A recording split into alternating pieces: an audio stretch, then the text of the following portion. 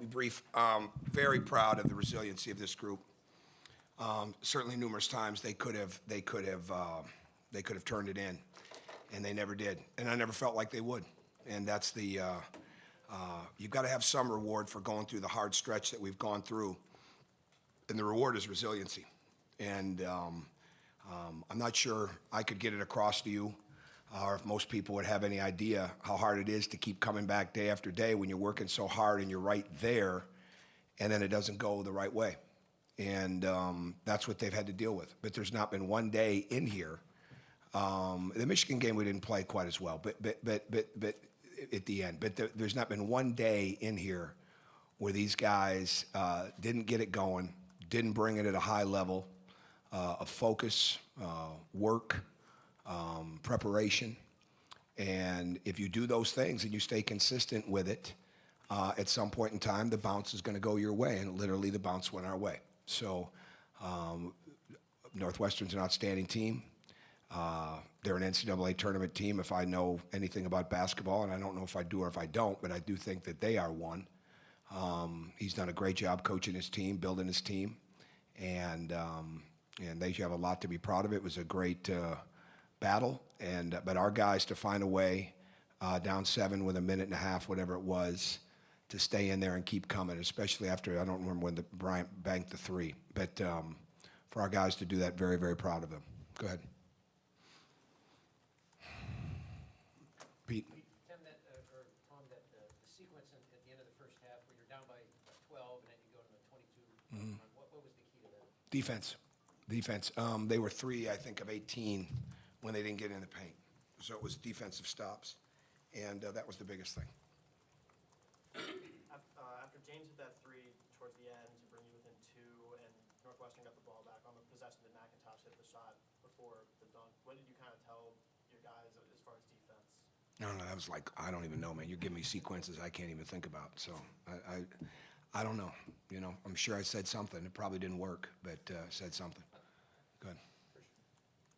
How much of a momentum boost was that Devontae Green buzzer beater to cap off the 22-0 run? It gave us 3 more points. I think that's what was cool. It energized the crowd. The players felt good with that, but we didn't come out and have the same response at the start of the second half that we needed to.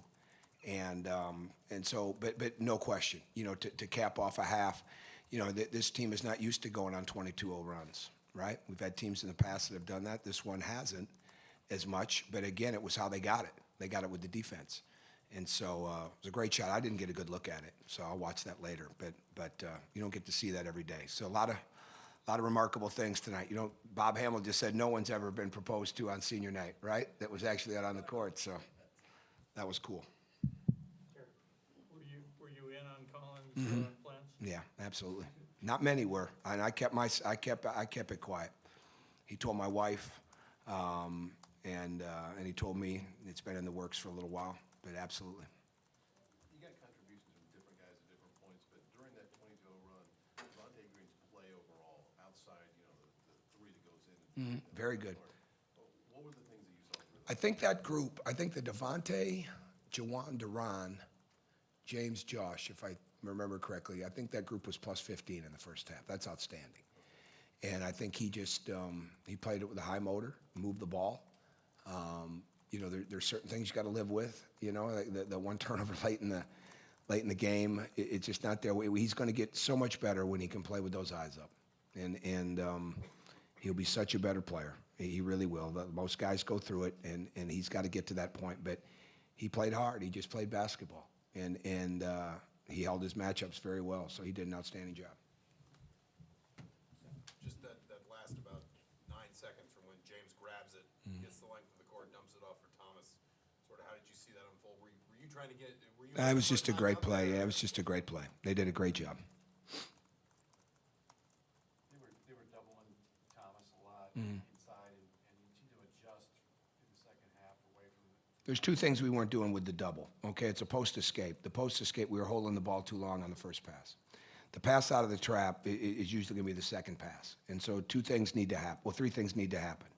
You get it swung, okay, to the first pass. You get it swung again quickly to the other side, and you sprint in front of the nearest man. So whether it's your man or the doubler, okay, sprint in front of him and seal him in the middle of the paint. We weren't doing a very good job of that. We were holding the ball, trying to dribble it rather than reverse it. And that's where we had some slippage, you know, and we knew, you know, part of our adjustment package, you can't not play through your four-man when you know that's who the double is at times. But we tried to move them more in the second half, just like we opened the game trying to move them. But invariably, when the ball's going in the post randomly, they're going to get in there. So we work every day on post escape. And we just didn't get that ball swung as quickly. We were trying to look to throw it back in, same side, rather than get it reverse flash middle. How satisfying is it not only to break the losing skid that you guys were on, but to send a guy like Hartman out? Oh, I think it's great for I'm happy for the players. I mean, I really am. Coached 18 years. There's very little I haven't been through, very little I haven't seen. Not a lot anymore affects me one way or the other, but senior night always will, and no question about it. And especially knowing what I knew, you know, was going to transpire after. You want that to be good, and so it's fantastic. And it's bittersweet with Colin, but it's like I said in here yesterday. It's the epitome of what you want Indiana basketball to be. He's got options.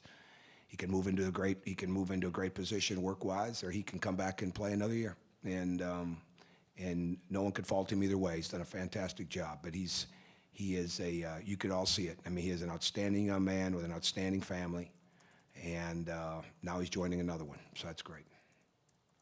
I guess, I don't know if you did anything like that, Marquette, but is that your first proposal on a? I'd have to think, but I'd imagine, yeah, I think so. With Priller late in the second half, how encouraging was it just to get a couple minutes of it? Good, very good, because we were in a different defense, and once we went back man, we didn't feel as good with it. But Thomas needed to settle in a little bit, and we needed. I felt good with that. You know, there's been a couple other times we've been close to that, and he did fine. Anything else? Just real quick, you said yesterday Colin still open. Did he tip his hand after tonight's game one way or the other? I'm guessing not. But I wouldn't think so, no. okay. Sorry to bounce ahead a couple days, but with Purdue coming back, looking at that matchup again, is there anything you kind of? Well, we'll get into that tonight. It's another one of those games, like I reminded these guys. Who's at the top of the league right now? Wisconsin, Maryland, Purdue? Purdue and Wisconsin. Yeah. All three of those games came down to either the buzzer, the last possession, or the last two possessions. And so what these guys have got to understand, all right, you know, we didn't get those wins, but at the end of the day, we just got to figure out how to get over those humps. Will it be easy in there? No, absolutely not. Very difficult place to play. They're good. They hit on all cylinders. We'll make adjustments in our plan. There'll be some different things we'll need to do, no doubt about that, as we've gotten a little bit healthier. And at the end of the day, you've got to go in there and weather runs. I mean, we're not going to be able to go in there and have periods of time where we're not getting good looks or we're turning the ball over. But at the end of the day, with them, it's defending them in transition, and it's blocking out at the end, so they're not getting the second shots. That's the most important thing, I think, and then just kind of build as we go.